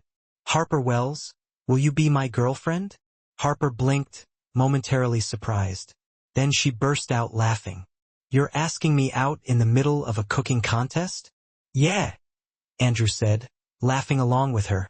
Terrible timing, but also perfect timing? She kissed him again, quick and sweet. And yes, she said breathlessly. 1,000 times yes. Andrew spun her around in the air, making her laugh even harder. When he finally set her down, both of them were practically glowing with happiness. Come on, let's celebrate, Harper exclaimed, grabbing her trophy. I need ice cream or pizza or both. Both sounds absolutely perfect, Andrew agreed. They started walking toward the exit, their fingers intertwined, when a voice called out behind them. Excuse me, excuse me. Andrew turned around and saw a man in a suit rushing towards them, a camera dangling from his neck. A journalist. Andrew's heart sank. Sorry to bother you, the man said, slightly out of breath. But I know you. You're Andrew Hoffman, the billionaire owner of Hoffman Foods. The world seemed to freeze. Andrew felt Harper stiffen beside him. Slowly, almost imperceptibly, she let go of his hand. Andrew began, but he couldn't find the right words to say. Wait a minute. It really is you. The reporter looked absolutely thrilled. What a surprise to see you here. Are you scouting for new talent for your restaurants? Can I ask you a few questions? Andrew barely heard him. His eyes were fixed on Harper. She was looking at him with an expression he had never seen before. It wasn't anger. It was something far worse. It was betrayal. Harper. He reached out to her, but she stepped back, clutching the trophy tightly to her chest, as if it were protecting her. I have to go, she said quietly. Wait, let me explain, Andrew pleaded. No, she replied, her voice calm but trembling. Not now. She turned and walked quickly towards the exit, her head held high. Harper. Andrew took a step forward, but the reporter blocked his path. Mr. Hoffman, just a quick photo. Andrew completely ignored him and ran after Harper. But when he reached the door, she was already gone, swallowed up by the crowd. He stood there, frozen on the sidewalk, his heart shattered into a million pieces. She knew, and from the way she looked at him, Andrew knew he had lost the only thing that really mattered. The next morning, Andrew arrived at the Magnolia Bistro with a knot of anxiety twisting in his stomach. He had tried calling Harper all night, but she hadn't answered. He had sent her text messages, pouring his heart out, but he received no reply. All he could do now was pray that she would show up for work. When he walked into the staff room, Harper was already there, but she wasn't getting ready for her shift. She was emptying out her locker, methodically packing her belongings into a cardboard box. Harper, Andrew said, his voice softer than he intended. She froze for a moment, but didn't turn around. She continued placing her things into the box, one by one. Please, just hear me out, he pleaded, stepping closer to her. I can explain everything. Harper finally turned around, and the look on her face stopped Andrew in his tracks.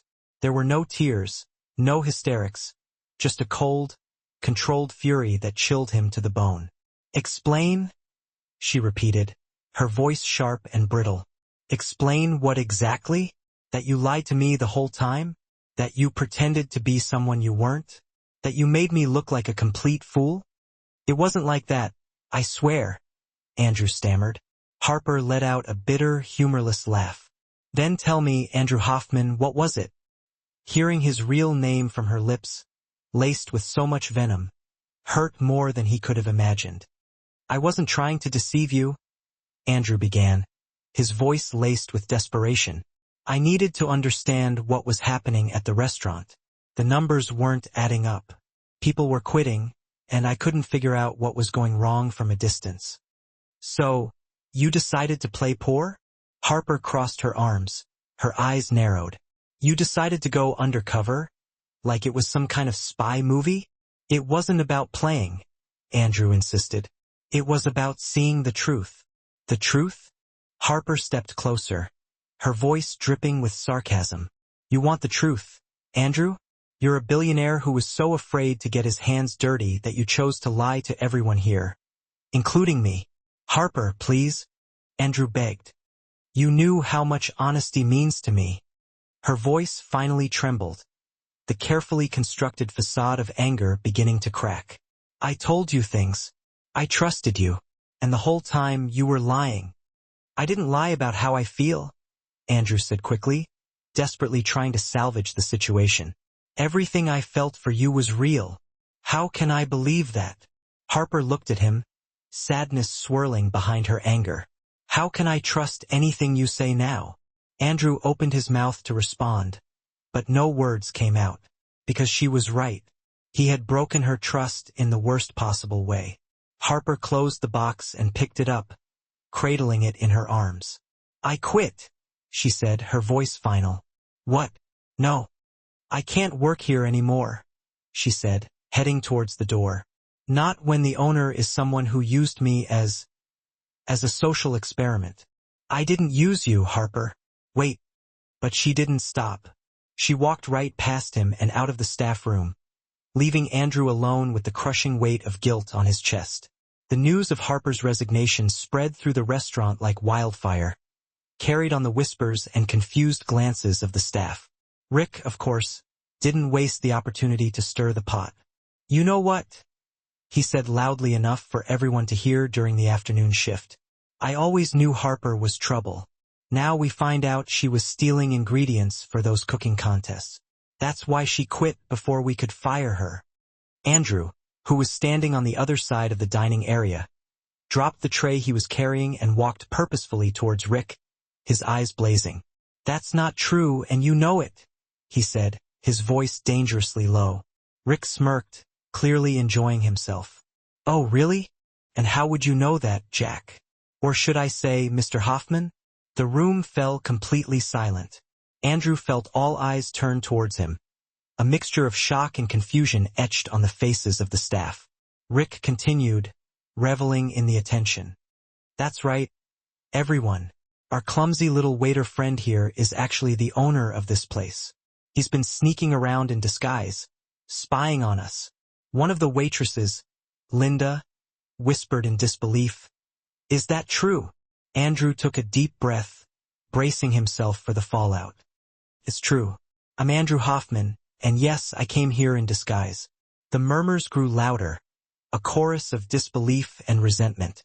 Some of the staff looked offended, others just bewildered. "But I wasn't playing games," Andrew said firmly, his voice cutting through the noise. "I was trying to find out why this restaurant, which should be thriving, was falling apart. And I found the answer." He pointed directly at Rick. "He's the reason." Rick laughed, but there was a flicker of unease in his eyes. "Of course. Blame me, not the absentee owner who never shows up to see how things really work." "You're right," Andrew admitted, surprising everyone. "I should have come sooner. But now I'm here and I've seen it all. I saw you humiliate staff, make false accusations, and create a toxic environment." "Proof?" Rick challenged, his bravado wavering. "You got any proof?" "I do," Andrew said, pulling a small notebook from his pocket. 3 weeks' worth of notes, dates, times, names of the people you mistreated, witnesses. Rick paled slightly but tried to maintain his composure. "No one's going to believe you. You're a liar." "He's not," said a quiet voice from the back of the room. Everyone turned to see who had spoken. It was Elena, the pregnant cook who Rick had mistreated weeks ago. "I saw everything he said, and I can confirm it," she said, her voice gaining strength. "So did I," added Linda, the waitress. "Rick's awful to everyone here." Other employees began to chime in, sharing their own stories of Rick's abuse and incompetence. Rick looked around, realizing that he was losing control of the situation. "This is ridiculous," he snapped, his voice laced with desperation. "You can't believe this. This imposter.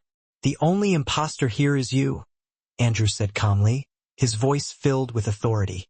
"You pretended to be a competent manager when you were actually tearing this place apart from the inside." Rick looked around, his eyes darting from face to face, searching for an escape. Desperate, he resorted to the only tactic he knew: attack. "You want the truth?" he shouted, his voice rising to a shriek. "Harper was stealing. She admitted it to me, and this billionaire over here protected her because, well, you know why. Watch what you say," Andrew warned, his voice dangerously low. "She got to him. She seduced the boss to get what she wanted." Rick was completely unraveling now, his words becoming increasingly unhinged. "And when she got caught, she ran." Andrew clenched his fists, fighting the urge to punch Rick in the face. He wanted to scream, to lash out, but he knew that would only make things worse. Instead, he took a deep breath and forced himself to remain calm. "Tomorrow morning, I'm holding a meeting with all staff," he announced, his voice firm and resolute. "I'll present evidence of everything that's happened here, and I'll make public the kind of management you've all had to endure." He looked Rick straight in the eye, his gaze unwavering. "And you're fired. Pack your things and get out."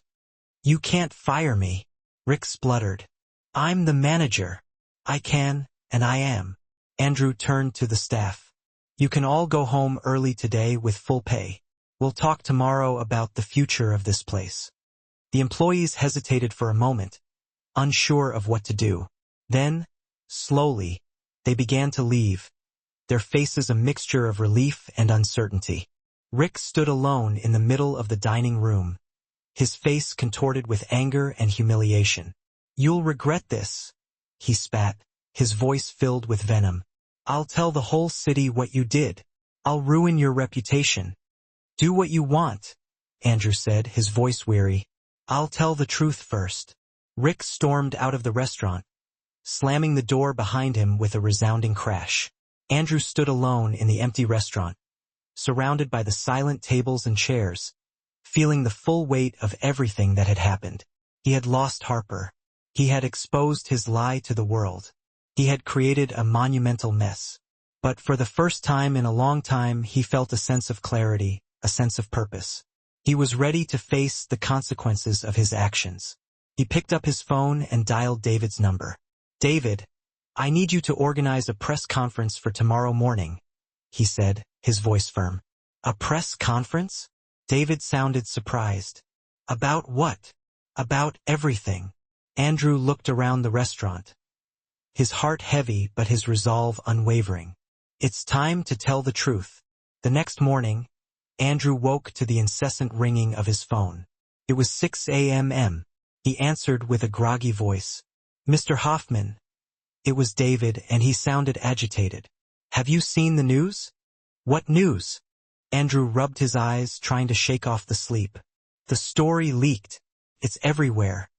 Andrew jumped out of bed and turned on the television.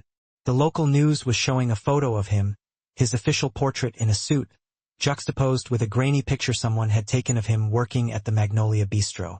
The headline blared, "Millionaire goes undercover in his own restaurant." Oh no, Andrew muttered, running a hand through his hair. The news anchor continued. Andrew Hoffman, billionaire and owner of the Hoffman Foods Group, spent weeks disguised as a waiter in one of his own establishments. Reactions are mixed.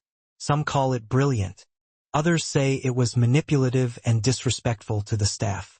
The segment then cut to a series of street interviews. A woman said, "I think it's amazing. He wanted to really understand his business." A man countered, "It's ridiculous. The staff must have felt watched." Andrew turned off the television in disgust and called David back. "How did this get out?" he demanded. "Rick," David replied grimly. "He sold the story to the media last night. Now he's doing interviews, claiming you created a toxic, suspicious work environment."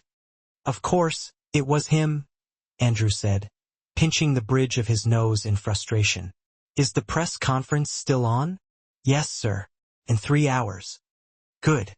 And David, get Rick's termination documents ready. I want everything official, no loopholes." "They're already done," David assured him. Andrew hung up the phone and began to get ready. This time, there would be no jeans and t-shirt. He put on a sharp suit, a tie, and polished shoes. If he was going to face this scandal, he would do it as himself, Andrew Hoffman. When he arrived at the Magnolia Bistro, reporters were already waiting outside. A sea of flashing cameras greeting him as he stepped out of the car. "Mr. Hoffman, is it true you went undercover? Why did you hide your identity? Did the staff know?" Andrew didn't answer. He simply walked confidently towards the entrance, ignoring the barrage of questions. David was waiting for him inside along with a lawyer. "Rick's in the office," David said, his voice tight. "He refuses to leave." "Let's take care of it now," Andrew said grimly. The three of them headed towards the office. Rick was sitting in the chair behind the desk as if he still owned the place, his feet propped up on the surface. "Oh, the great billionaire has arrived," Rick said sarcastically, his eyes filled with contempt. "Come to lecture me?" Andrew walked into the room and placed a thick folder on the table in front of Rick.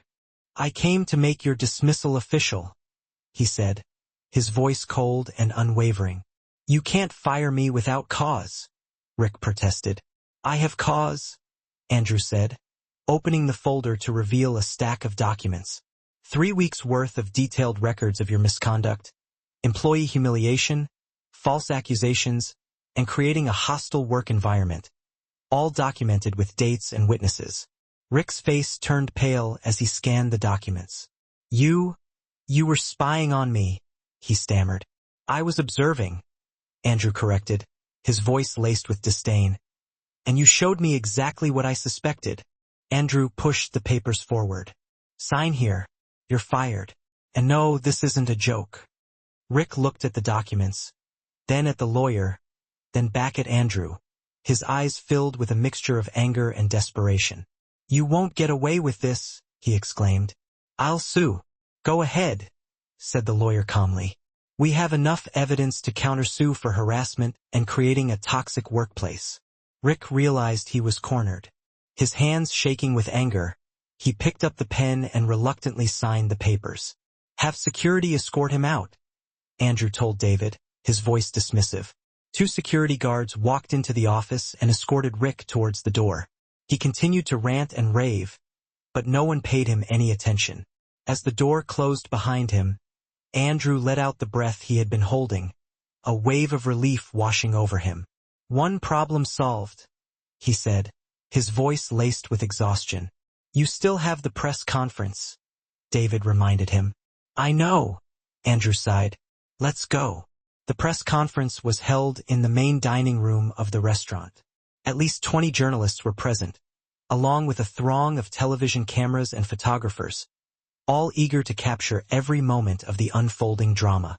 Andrew stepped up onto a small, makeshift platform and adjusted the microphone, his heart pounding in his chest.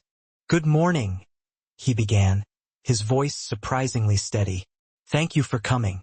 I'll make a statement and then take questions." He took a deep breath, steeling himself for what was to come. "My name is Andrew Hoffman, and yes, I spent the last few weeks working undercover as a waiter in my own restaurant. It wasn't an easy decision, but it was a necessary one." The cameras clicked rapidly, capturing every nuance of his expression. This restaurant was struggling. The numbers weren't adding up. Employees were leaving, and I couldn't figure out why just by looking at reports. So I decided to see for myself. He paused, allowing his words to sink in. "And what I found was a toxic management, an abusive manager, and amazing employees being held back." He paused again, meeting the gaze of each reporter in the room. "Yes, I lied about who I was, and I understand that some employees feel betrayed. But I never intended to spy on or punish anyone. I wanted to understand, and now that I do, I plan to fix it." A reporter raised a hand. "What about the accusations that one of your employees was stealing?" "Completely false," Andrew answered firmly, his voice leaving no room for doubt. "Those accusations were fabricated by former manager Rick Thompson as an act of retaliation. The employee in question, Harper Wells, is talented, honest, and was treated unfairly. I'm working to fully clear her name." Another reporter called out, "Is she coming back to work here?" Andrew hesitated, his gaze softening. "That's up to her, but the door is always open." More questions followed, focusing on the future of the company, the other restaurants, and the specific plans for the Magnolia Bistro. Andrew answered them all honestly, openly addressing the concerns and acknowledging his mistakes. When the press conference finally ended, he was physically and emotionally exhausted, but he knew he had done the right thing. The next day, Andrew found himself standing in front of Harper's apartment building. He had managed to get her address from David, who had pulled it from the employee records. Something Andrew knew was a bit of an invasion of privacy, but he was desperate. He took a deep breath and rang the buzzer for apartment 3B. There was a long, agonizing pause. Then, Harper's voice came through the intercom, her tone cool and guarded. "Who is it?" "It's me, Andrew," he said, his voice pleading. Another pause, even longer than the first. "What do you want?" "Just 5 minutes, please," he begged. "If after that you still want me to leave, I will." Another silence, thick with tension. Then, finally, the door buzzed open.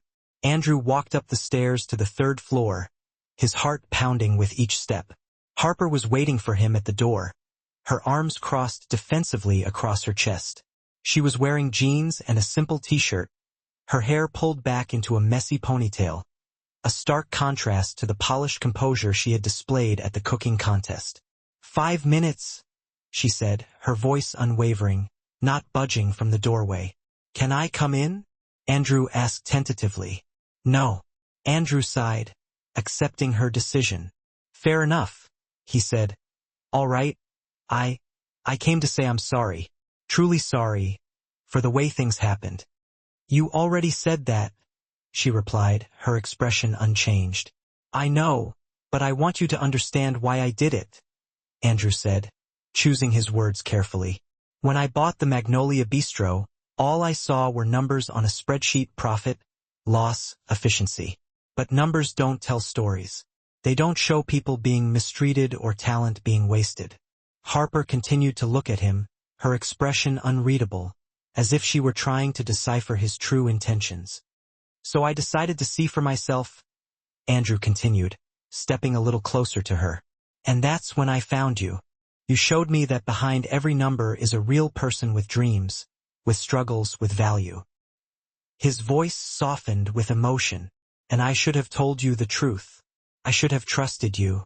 But you didn't, Harper said, her voice calm but firm, cutting through his impassioned plea.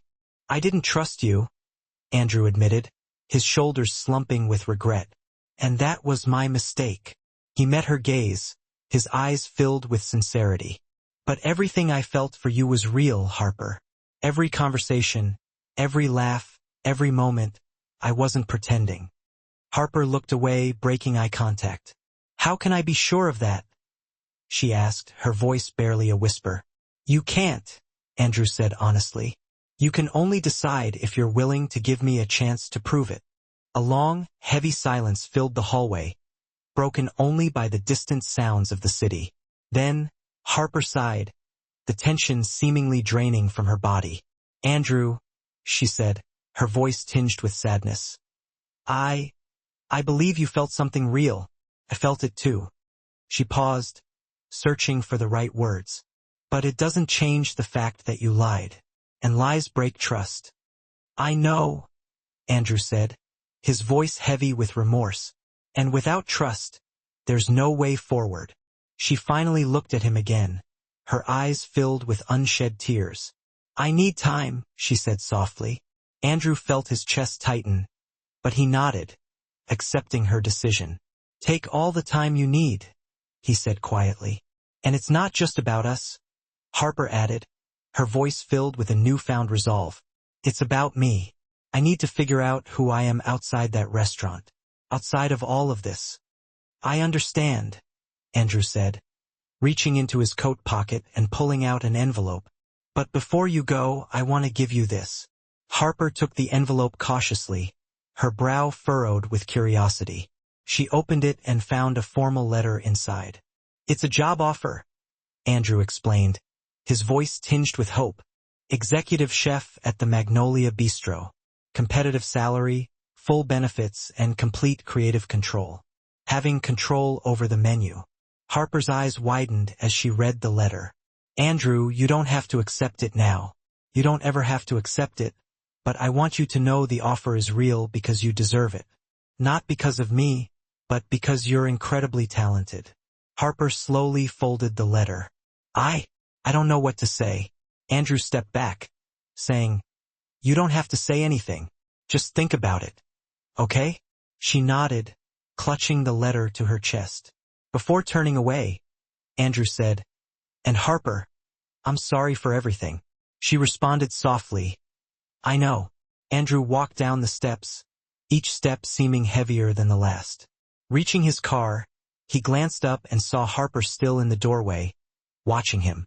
He raised a hand, but she didn't wave back. She just quietly closed the door. 2 days later, Andrew learned from David that Harper had left town. She'd gone to her mother's city to help with her treatment, using the prize money from the competition. She left without looking back. Andrew stayed in Charleston alone, waiting for a second chance that might never come. The following weeks were the hardest of Andrew's life. He hired a new manager for Magnolia Bistro, someone experienced, fair, and respectful. He raised staff wages. He renovated the kitchen and updated the menu. On paper, everything was running smoothly, but the restaurant had lost its soul. Andrew felt it every time he walked in. The staff was polite, efficient, and professional, but the energy was gone. The spark Harper brought was missing. No one laughed loudly in the kitchen anymore. No one joked with customers. Everything was proper but cold. One evening, after closing, Andrew sat alone at a corner table, staring at the empty dining room. David walked over with a few reports. "Numbers are improving, Mr. Hoffman," he said. "Magnolia is finally back in the black." Andrew replied flatly, "That's good." David hesitated, then asked, "You don't sound happy about that." Andrew sighed. "It's just, David, what's the point of success if there's no one to share it with?" David didn't reply. He simply placed a hand on his boss's shoulder and quietly walked away. Andrew ran his hands over his face. He had called Harper several times in the early weeks, but she never answered and sent messages that went unanswered. Eventually, he stopped trying. If she needed space, he'd give it to her, even if it tore him up inside. 2 months passed. Andrew learned to live with the emptiness. He threw himself into work, expanding the business, opening new restaurants. But always, there was a space in his heart that belonged to Harper. Then, one Tuesday afternoon, everything changed. Andrew was walking through downtown Charleston, distracted by his phone, when he caught a familiar scent. Seasoned chicken, southern spices, something warm and comforting. He looked up and froze. Parked on the corner was a food truck painted light blue and white. The sign across the top read in cheerful, colorful letters, "Harper's Heart." Andrew's heart skipped a beat. There was a line of at least 10 people waiting to be served, and there, at the window of the truck, was Harper. She wore a red apron, her hair tied up in a messy bun, smiling as she handed a plate to a customer. Even from a distance, Andrew could tell she looked happy, truly happy. He stepped closer, staying behind a group of people to watch. The menu was written on a chalkboard nearby. Disaster of the day. Fried chicken that almost didn't make it, but turned out just right. Restart soup, because everyone deserves a second chance. Hope pie, sweet enough to make you believe again. Andrew smiled. It was so Harper. Next, Harper called and a woman stepped up. "I'll have the disaster of the day," the customer said, laughing. "That name is hilarious." Harper replied with a playful smile. "It's based on personal experience. Once I tried to make fried chicken and almost burned down a kitchen, but I learned from my mistakes, so now it's perfect, or close." The customer laughed. "You're funny. First time I've seen someone sell food with self-deprecating humor. It's my marketing strategy. Brutal honesty with a dash of humor," Harper replied, packing up the order. "Here you go. If you don't like it, feel free to complain. I love constructive criticism, or destructive. Doesn't matter." The woman, still laughing, took her food and walked away. Andrew watched as Harper served 3 more customers, each interaction full of jokes and warmth. She turned a simple food sale into something memorable. Finally, the line got shorter.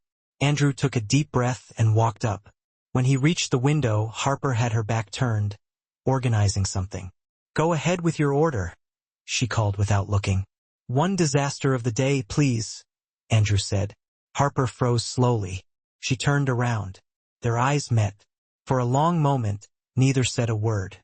"Hi," Andrew finally said.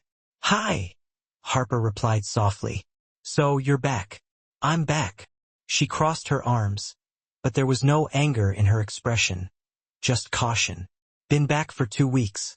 Why didn't you tell me?" Andrew asked. Harper shrugged. "Figured you were busy being a billionaire." Andrew gave a sad smile. "Never too busy for you." She looked away. "Andrew, I'm sorry." He raised his hands. "I'm not here to pressure you. Just, it's good to see you." Harper studied him for a moment, then sighed. "So, do you want the disaster of the day or not?" "I do." She prepared the meal in silence, packed it, and handed it to him. Andrew paid and took the food. "Can I eat here?" Harper pointed to a small plastic table next to the food truck. "Go ahead." He sat down and opened the box. The chicken was perfectly golden, crispy on the outside, juicy inside. There was mashed potatoes, sautéed collard greens, and a sauce that smelled amazing. Andrew took the first bite and closed his eyes. It was incredible. Harper appeared at the window, pretending not to care. "Going to complain or compliment? This is outstanding," Andrew declared. She smiled, trying to hide her pride. "Thanks. Seriously, it's better than anything we served at Magnolia." Andrew said, looking up at her. Don't exaggerate, Harper retorted with a smile. I'm not exaggerating, Andrew responded. You're amazing, and this food truck is amazing. You're doing exactly what you always dreamed of. Harper leaned on the window. Yeah, it's not a full restaurant yet, but it's a start. It's more than a start. It's a dream coming true. They were quiet for a moment, just looking at each other. How's your mom? Andrew asked. Better, much better. Harper smiled genuinely. The treatment worked. She's recovering well. I'm glad to hear that. Thanks. She paused. And you? How's Magnolia? Running? Making money? Andrew shrugged. But it's not the same without you. Harper looked away. Andrew, I know you need time. He finished the meal and stood up. I just wanted you to know I admire you for having the courage to start over and chase your dream on your own. Harper looked at him, surprised. You didn't need me. You didn't need my help or my money. Andrew smiled. You did this yourself, and that's incredible. Before Harper could respond, a middle-aged man walked over. He wore glasses and carried a notebook. Excuse me, he said. Are you Harper Wells? Harper blinked. Yes. Who's asking? Thomas Green, food critic for Charleston Food Magazine. He extended a hand. I just tried your food, and I have to say it's exceptional. Mind if I ask you a few questions for an article? Harper's eyes widened. An article about me? About you and your food truck? Thomas smiled. It's been a while since I've seen this much passion and authenticity in a kitchen. And those dish names? Brilliant. Harper glanced at Andrew, who was smiling proudly. Then she turned back to Thomas. Sure, ask anything you'd like. Andrew took a step back to give them space. I'll let you talk. Andrew, wait, Harper called out. He stopped. Thank you, she said softly, for showing up, for everything. He smiled. Always. As he walked back toward his car, Andrew looked over his shoulder one last time. Harper was chatting with the critic, eyes lit up with excitement. And for the first time in 2 months, Andrew felt something other than emptiness. He felt hope. The following week, the article was published. The headline read, The Waitress Who Won Over Charleston. How Harper Wells Turned Dreams into Reality. The article was long, detailed, and full of praise. Thomas didn't just talk about the amazing food. He described Harper's captivating personality, her unique sense of humor, and her story of perseverance. The food truck became famous overnight. Andrew, reading the article in his office, smiled. Harper was shining. Finally, 3 days after the article was published, Andrew sat at his desk, looking at the magazine clipping for the 10th time. The photo of Harper smiling next to the food truck was burned into his mind. He needed to see her again, but this time he wanted to do it differently. He picked up the phone and called David. I need a strange favor. David replied with a hint of humor. I'm used to your strange favors, sir. What's the plan this time? I need simple clothes, worn-out jeans, a faded t-shirt, an old cap. The more ordinary, the better. There was a pause. You're going undercover again? Yes. But this time it's different. Andrew smiled. This time it's for the right reason. The next morning, Andrew stood a block away from Harper's food truck. He was wearing ripped jeans, a faded gray t-shirt with an old band logo, and a Braves cap pulled low over his eyes. Dark sunglasses completed the disguise. He took a deep breath and walked toward the truck. As expected, there was a line. The article had tripled Harper's customers. Andrew took his place at the end, waiting patiently. As he waited, he watched Harper work. She moved with confidence and joy, chatting with each customer like they were old friends. Her laughter was contagious, and people walked away not just with food, but with smiles on their faces. Next, Harper called. Andrew stepped forward, keeping his head down. Good morning, Harper said cheerfully. First time here? Yeah. Andrew lowered his voice slightly, making it sound rougher. Heard great things. Oh, must be because of that article. She laughed. I still can't believe someone wrote about me. Anyway, what'll it be? Andrew looked at the menu. The restart soup. Harper paused, something shifting in her expression. Really? Really? He looked up just enough for her to see under the cap. Harper's eyes widened. Andrew? He took off the sunglasses and smiled sheepishly. Hi, you're in disguise again. She wasn't sure if she should laugh or be annoyed. Technically, yes, Andrew admitted. But only because I wanted to see if you'd recognize me. And also because, well, I wanted to order the restart soup. Felt right. Harper crossed her arms, but a small smile tugged at the corners of her mouth. Are you seriously starting over? With another disguise. This time, no lies, Andrew said firmly. I just came because I wanted a fresh start. A real one. No secrets, no games, just honesty. People in the line behind him started whispering, recognizing who he was. But Andrew didn't care. Andrew, Harper began. Wait, let me say this. He turned to the people in line. Folks, can you give me a minute? I promise I'll be quick, and lunch is on me today. There were cheers and some laughter.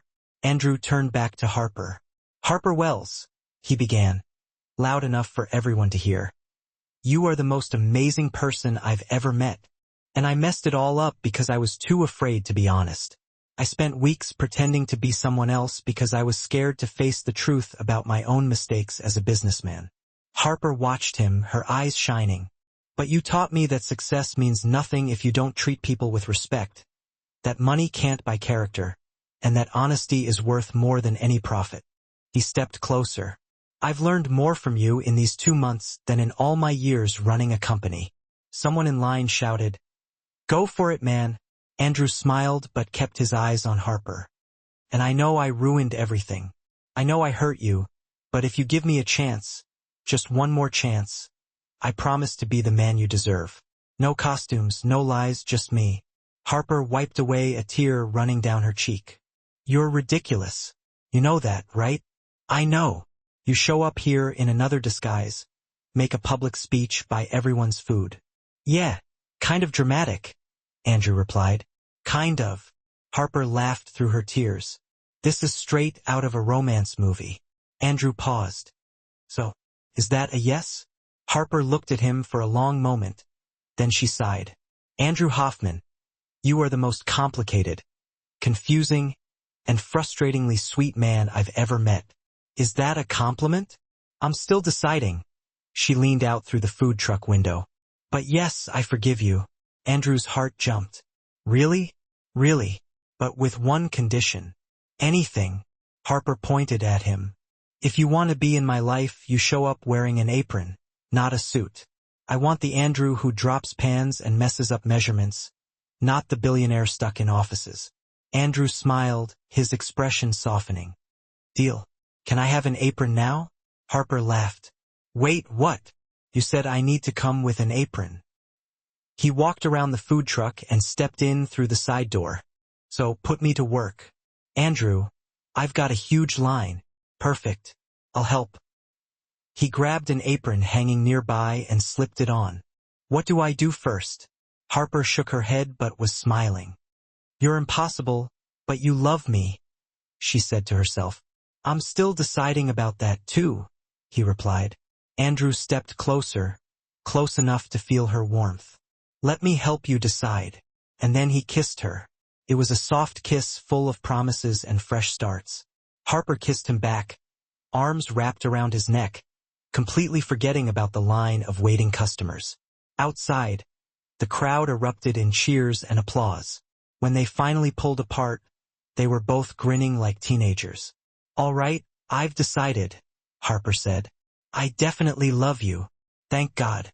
Andrew rested his forehead on hers. Because I love you too madly. Really? Since when?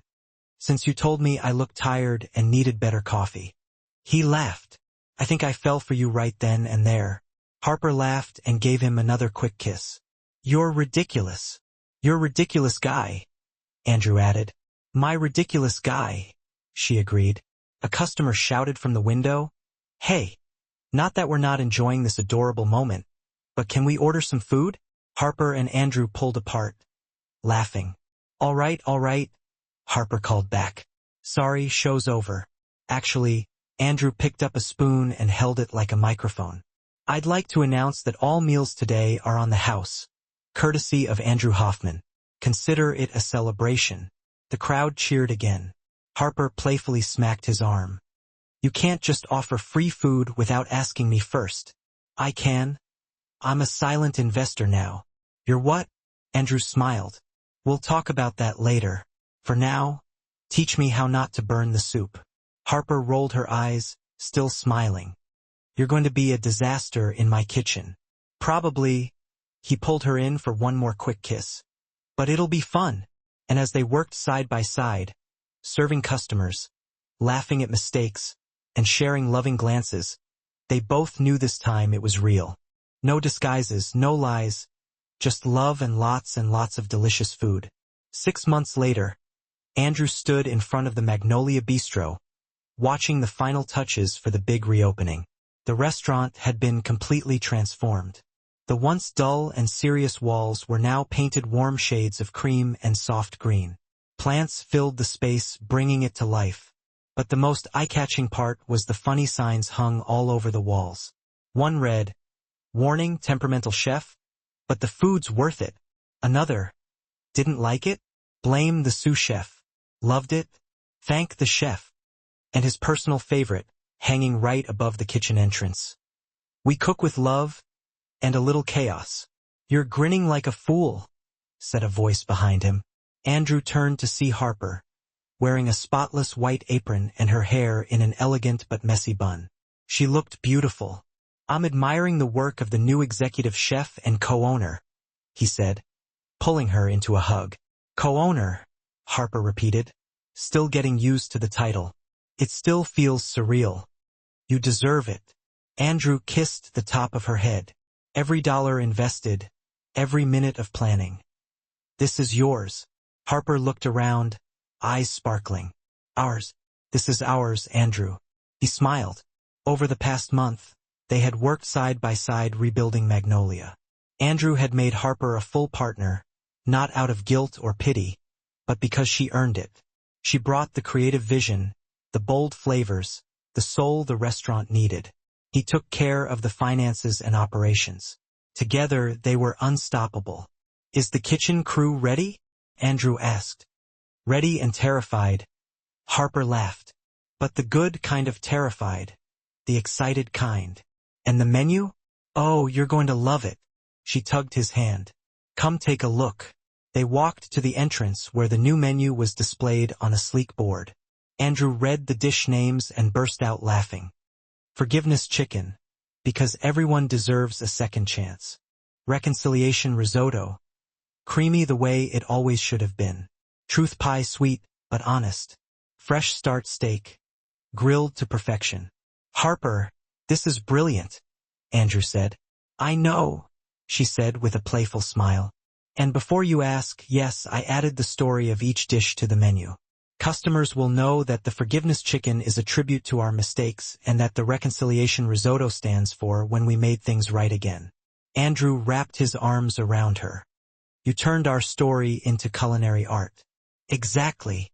Harper rested her head on his chest. "And if people are going to talk about us anyway, they might as well eat well while they do." They laughed together, content in the embrace. "Mr. Hoffman, Miss Wells," David called, rushing over with a clipboard. "The first guests will be arriving in an hour. Everything has to be perfect." "It is perfect, David," Harper assured him. "Relax, you'll give yourself an ulcer." "A small ulcer is acceptable if the night's a success," he replied seriously. Andrew and Harper exchanged amused looks. An hour later, the Magnolia Bistro was full. There were journalists, food critics, local business owners, and loyal customers who had followed the restaurant's journey. Even a few former employees from Rick's time were invited, now happily working elsewhere. Linda, the former waitress, came over and gave Harper a big hug. "Look at you, executive chef. Look at us. We changed it," Harper corrected her. Harper looked towards Andrew, who was speaking with a group of investors together. The night was a complete success. Every dish came out perfectly. Customers laughed at the clever signs. The atmosphere was warm, welcoming, just as Harper had always dreamed. Thomas Green, The critic who had written the piece about the food truck tasted the reconciliation risotto and closed his eyes in delight. "Harper, this is heavenly." "Thank you, Thomas." She smiled. "This time I didn't burn anything." "This time?" He laughed. "I need to hear that story." "Oh, ask Andrew. He has a whole book of my kitchen disasters." Andrew stepped beside her. "And I'd keep every single one." As the evening went on, Andrew grew more and more nervous. He kept checking the pocket of his blazer, making sure the small item was still there. Harper noticed. "You okay? You seem jittery." "I'm great," he lied. "Just excited." "Excited? You're sweating."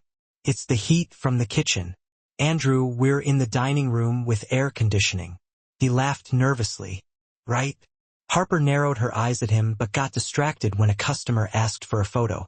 As dinner wound down and dessert was being served, Andrew gave a subtle signal to David, who quietly approached the small band playing background music and whispered something. The music stopped. Andrew picked up a microphone. "Good evening, everyone," he said, his voice echoing through the room. "Thank you for being here tonight to celebrate the reopening of the Magnolia Bistro." Polite applause. Harper looked at him, puzzled. They hadn't planned any speeches. "Tonight is special for many reasons," Andrew continued, "but mostly because it marks a fresh start, a second chance, and I've learned that second chances are something to cherish." He walked to the center of the room where Harper stood near a table. "A year ago, I walked into this restaurant in disguise trying to figure out what was wrong, and I found more than just answers." He looked directly at Harper. "I found you." Harper's eyes widened. "Andrew, what are you doing?" "Something I should have done months ago." He dropped to one knee. The room went silent. Phones came up, capturing the moment. Harper covered her mouth with her hands. "You're not." Andrew pulled a small blue velvet box from his pocket and opened it, revealing a delicate ring with a single diamond. "Harper Wells, you taught me what truly matters. You showed me that success without heart is meaningless, that honesty is worth more than any fortune, and that real love embraces flaws and celebrates new beginnings." Tears were already streaming down Harper's cheeks. "You made me laugh in my worst moments, challenged me when I needed it, and loved me even when I didn't deserve it." Andrew smiled. "And I want to spend the rest of my life trying to be worthy of that love." He took a breath. "Harper Wells, will you marry me this time? No disguises, no lies, just the two of us, exactly as we are." The entire room held its breath. Harper looked at him, at the ring, then back at him, and then, being entirely herself, she said, "Only if I get to pick the wedding menu." The room burst into laughter and applause. Andrew laughed too, and finally the tears started to fall. "Deal. You get to choose everything. Menu, decorations, music, all of it. And you promise never to dress up as a waiter again?" "I promise, unless you ask me to." "And you promise not to burn my risotto?" "I promise to try." He smiled. "So is that a yes?" Harper got down on one knee in front of him, holding his face in her hands. "It's a big, giant yes, the size of your ego when we first met." "Hey!" Andrew protested, but he was laughing. "It's true." Harper kissed him gently. "But I love you just the same. Even my ego." Andrew slipped the ring on her finger, and she looked at it for a moment before pulling him in for a deeper kiss. The room burst into cheers and applause. Applause erupted, cheers filled the air, and a celebratory atmosphere washed over the room. Pulling away from their embrace, tears streamed down both their faces, mingling with radiant smiles. "I love you," Andrew murmured, his voice thick with emotion. "I love you too," Harper responded, gently wiping away his tears. "My favorite clumsy billionaire. And I'm your favorite sarcastic millionaire. Can you believe we're already rocking the matching titles?" She quipped, a laugh bubbling up from her chest. David appeared as if on cue, bearing a bottle of champagne, and everyone raised a glass to toast the happy couple. The band struck up a new song, this time a lively, upbeat melody, and the crowd began to move, drawn to the rhythm. Andrew took Harper's hand, leading her to the center of the room and twirling her playfully. Giggles escaped her lips as she let go of all the accumulated stress and burdens of the past several months. "Who would have ever guessed, huh?" she mused, swaying a little awkwardly in his arms. "The billionaire and the waitress." "Former waitress," Andrew was quick to correct. "Now you're an executive chef, a savvy business owner, and soon to be my wife. And you," he added, grinning, "are my partner, my best friend, and a permanent kitchen disaster." "Permanent? You literally burned water the other day, Andrew." "Water," he chuckled, conceding her point. "Fair enough." They continued to dance, encircled by a joyous throng of friends, staff, and loyal customers. They were all witnesses not just to the grand reopening of a beloved restaurant, but to the dawn of a new life for two souls who had unexpectedly found solace and completion in one another's arms. There, in the heart of the Magnolia Bistro's dining room, enveloped by the tantalizing aroma of delicious food, the echoes of laughter bouncing off the walls, and an undeniable current of love permeating every nook and cranny, Andrew and Harper understood that they had stumbled upon something exceptionally rare and precious. They had discovered home. Not just a physical place, but a profound connection within each other, and this time it was for good. No more hiding behind facades, just pure, unadulterated love, endless laughter, and, of course, plenty of perfectly seasoned chicken. What are your thoughts on Andrew and Harper's story? Share your opinions in the comments section. Give this story a rating from 0 to 10. What score would you award it? Don't forget to subscribe to our channel and click the notification bell so you never miss any of our captivating stories. And explore more heartwarming and emotional tales right here on the final screen.